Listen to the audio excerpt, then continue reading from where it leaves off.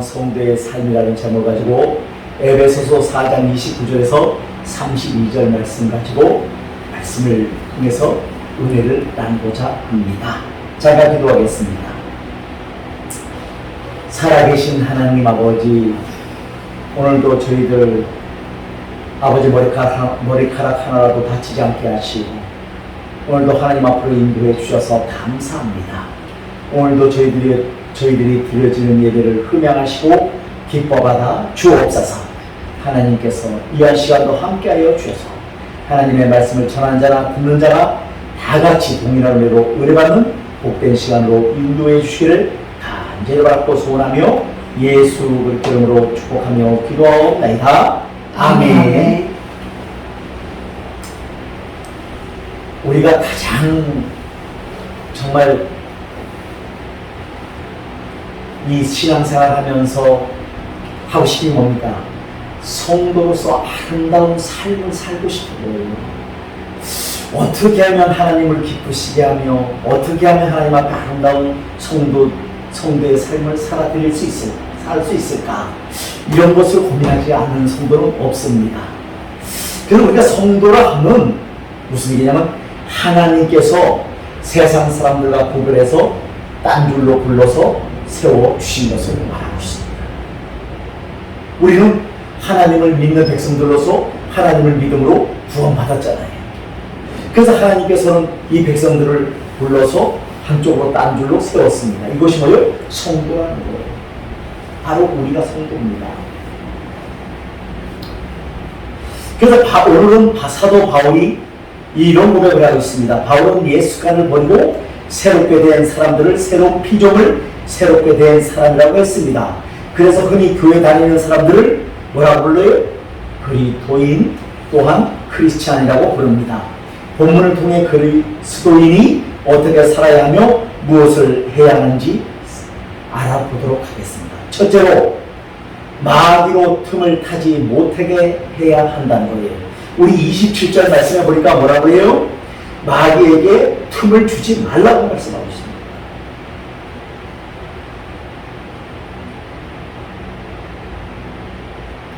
마귀라는 말은 중상자, 보소자, 대적자라는 뜻이 있습니다. 마귀라는 그 이름부터가 하나님을 대적하고 이웃을 중상모략하는데 기질을 다합니다. 마귀의 힘은 전염성 바이러스와 같아서 언제 어떤 틈새로 스며드는지 전염되는지조차도 모를 만큼 집요하게 다가섭니다. 그래서 바울은 틈을 타지 못하게 하라고 한 것입니다. 그럼 우리가 마귀에게 틈을 주지 않는다는 것은 무엇을 말하는 것일까요? 오늘 하나님의 말씀을 보니까 29절 뭐라고 말씀하세요? 무릇 더러운 말은 너희 입 밖에도 내지 말고 오직 덕을 세우는 데 소용대로 선한 말을 하여 듣는 자들에게 은혜를 끼치게 하라. 첫째로 마귀를 이길 틈을 못하게 하는 것은 뭐예요? 더러운 말은 입 밖에도 내지 말래요. 그러니까 쉽게 말해서 이런 말입니다. 남을 중상모략하는 거, 헐뜯는 거, 남을 비방하는 거, 이런 거 하지 말라는 거예요.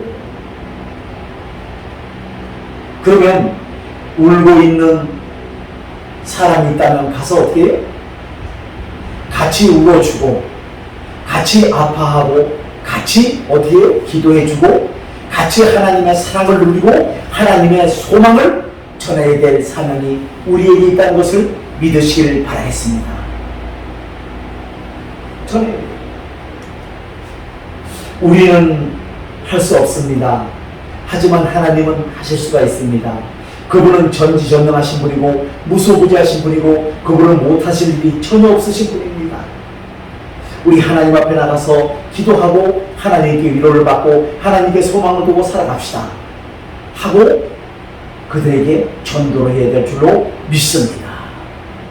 이것이 첫째, 마귀에게 틈을 주지 않는 거예요. 근데 우리 보통 사람들이 이러잖아요.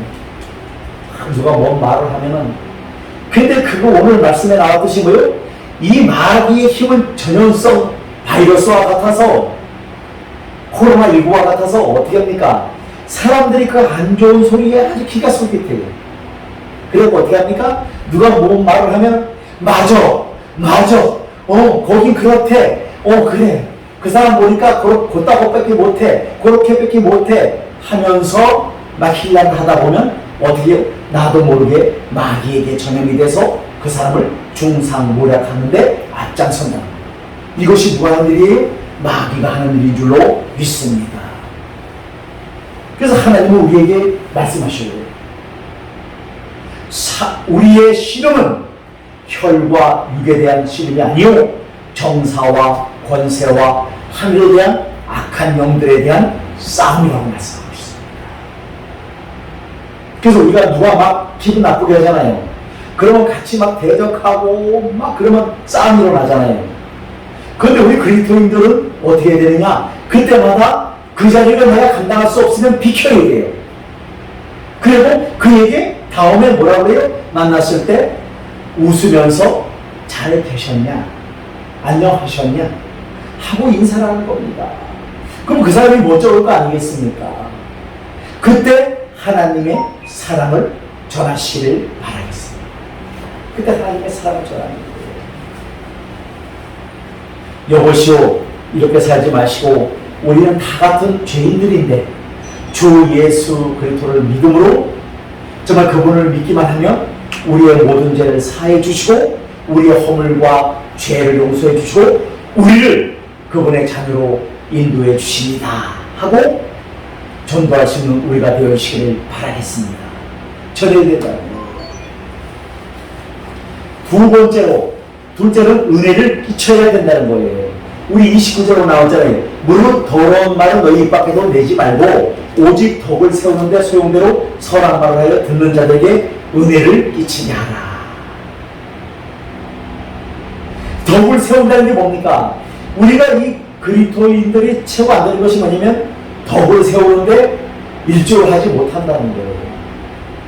세상에서도 왜 우리 그리스도인들이 욕을 얻어먹고 손가락질을 받고 저 사람들은 입만 살았다고 이렇게 세상 사람들부터 중상모략을 당합니까? 바로 뭡니까? 행함이 없기 때문에. 야고보서의 말씀에 보니까 행함이 없는 믿음은 죽은 믿음이라고 말씀하고 있어요. 그래서 우리가 세상 사람들과 상대를 할 때는 어떻게 되느냐? 될 수 있으면 입을 닫고 될 수 있으면 선한 말을 하고 긍정적인 말을 하고 축복의 말을 하고 이런 말들을 해야 되는 거예요. 세상 사람들이 안 된다니까 나도 안 되는 줄 알고 안 돼 이게 아니라 됩니다. 우리는 할 수 없지만 하나님으로는 됩니다. 하나님으로 가능하십니다. 하나님은 하실 수 있는 분입니다. 이렇게 긍정적인 말이에요.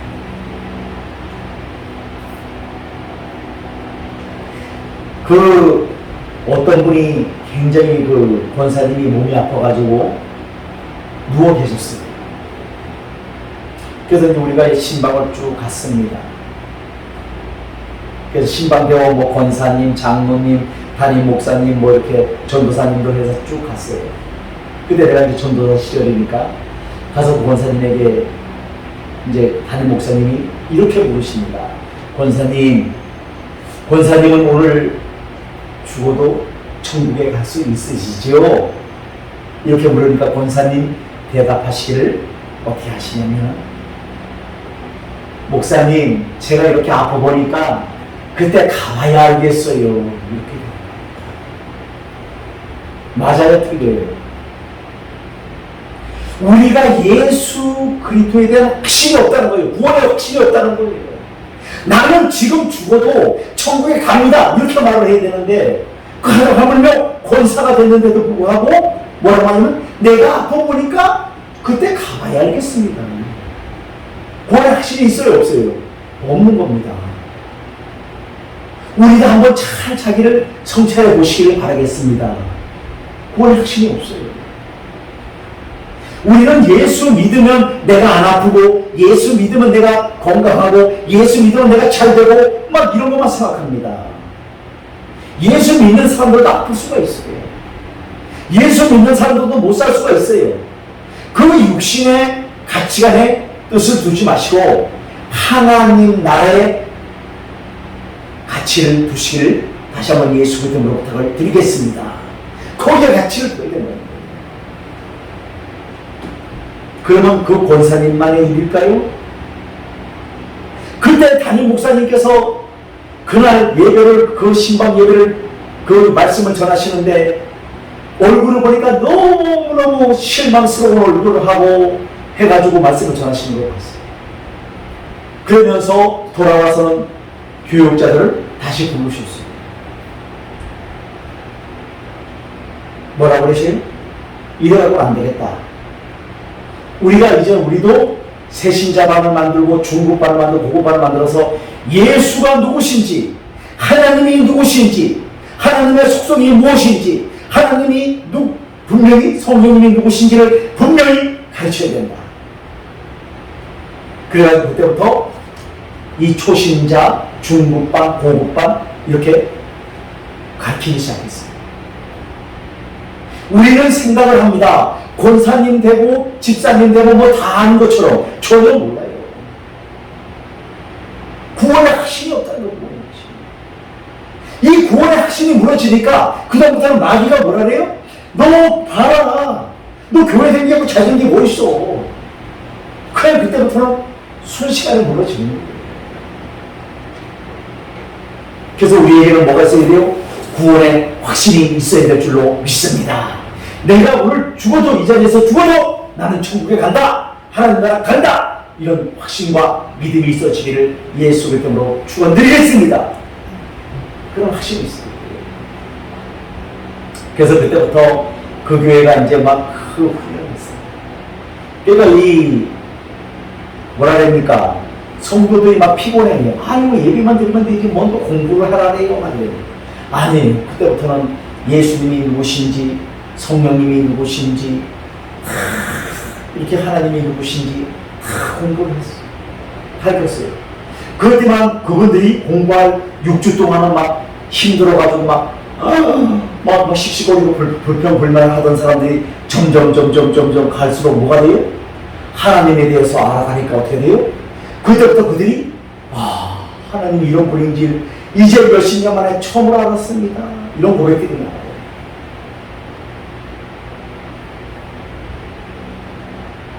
우리는 알아야 될 것이 뭐냐면 성도의 아름다운 삶이라는 것은 내가 구원의 확신을 가지고 모든 일을 해나갈 때 참된 기쁨과 평안이 있다는 사실을 기억하시기를 바라겠습니다.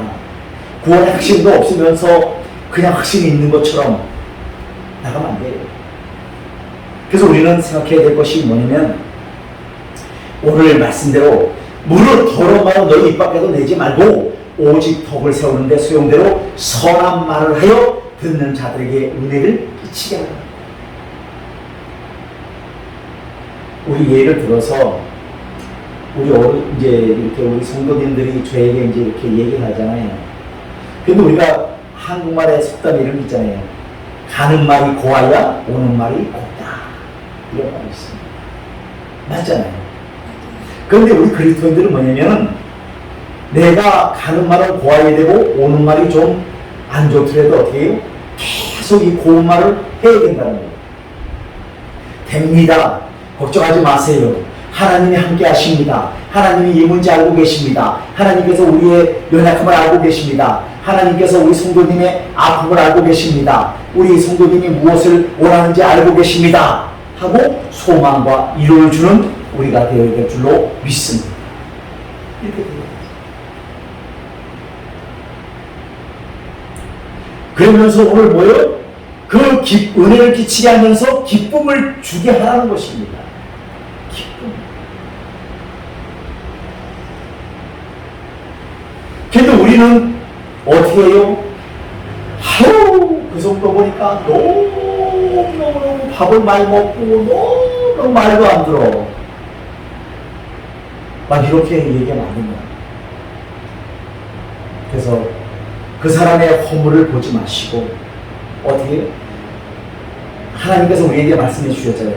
먼저 내 눈에 있는 들보를 먼저 깨달으라는 거예요. 그게 무슨 말입니까? 나의 잘못을, 나의 죄성을 먼저 깨달으라는 거예요. 성체를 보고 그 다음에 남을 보라는 거예요. 내 눈에 있는 들보를 깨닫지 못하고 남의 눈에 있는 조그마한 티를 보고 판단하지 말라는 거예요. 이것을 우리에게 말씀하고 있습니다. 이것이 성도의 아름다운 삶이에요. 우리가 아름다운 삶을 산다고 무슨 뻑적지근하게 그런 삶이 아니라 정말 하나님 안에서 영혼을 사랑하고 주님의 말씀을 가지고 영혼에게 희망을 주고 소망을 주고 하늘의 평안과 기쁨을 임할 수 있도록 은혜를 부어 달라고 기도하고 그 영혼을 사랑할 때 그런 하늘의 평강과 기쁨이 임할 줄로 믿습니다.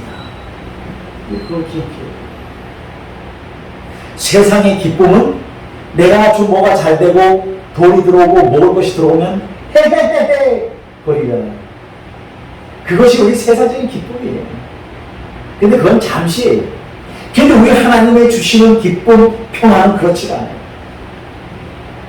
너무너무 뭐가 있어서 기쁜 게 아니라 내 속에 그분이 나와 함께 하시고 그 성령 하나님께서 나를 도와주시고 나의 형편을 하시고 나의 처지를 하시고 나를 사랑하시는 그 하나님의 사랑이 느껴지기 때문에 평안하고 기뻐하고 즐거워할 수 있다는 사실을 믿으시기를 바라겠습니다.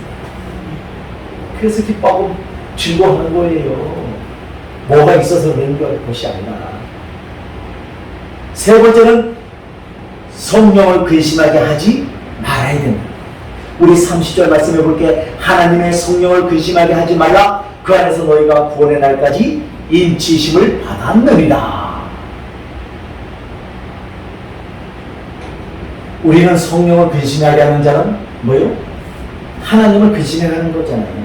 부모의 마음을 근심하게 하는 자식을 불효자 또는 페루나라고 부른다는 거예요. 하나님의 존재를 부인할 때, 믿어야 할 사람이 믿지 않을 때, 하나님의 자녀들이 죄짓고 제멋대로 살 때, 하나님의 말씀은 소홀히 취급하고 세상 소리에 귀 기울 때 성령님은 근심하신다. 성령 하나님을 기쁘시게 해드려 영적으로 효자, 효녀가 되어지는 우리 모두가 되어지기를 간절히 바라겠습니다. 그래서 성령님은 근심하시는데 우리가 어떤 생각을 할 때 세상적으로 부자가 되어야 되겠다, 세상적으로 잘 되어야 되겠다, 세상적으로 내가 막 세상 가치관을 따라가려고 할 때 성령님은 근심하신다는 거예요. 그래서 여러분들 보고 세상적으로 잘 되지 말라는 것이 아니라 먼저 내 영혼이 잘 되어야 될 줄로 믿습니다. 무슨 얘기냐면 내 영혼이 먼저 하나님과 바른 관계를 가지고 그분이 내가 아버지하고 부르면 그분은 오냐 내가 여기 있다 하고 응답의 역사가 있어집니다. 또 내 영혼이 그분을 만남으로 주님을 만남으로 평강이 임하고 기쁨이 임하고 소망이 임하는 그런 마음. 그럴 때 우리는 구원하는 거예요. 그럼 하나님은 내 영혼이 잘 되같이 범사가 잘 되는 복을 주신다고 말씀하고 있습니다. 그래서 성령을 근심하게 하지 않는 것은 날마다 하나님을 경외하고 하나님을 인정해드리고, 우리 그렇잖아요. 우리가 조금 뭘 하면은 제가 했습니다. 이것이 아니라 하나님이 은혜를 주셔서 하나님이 할 수 있는 마음을 주셔서 했습니다 하고 하나님의 이름을 나타내는 우리 모두가 되시기를 간절히 바라겠습니다. 이래야 된다는 거예요.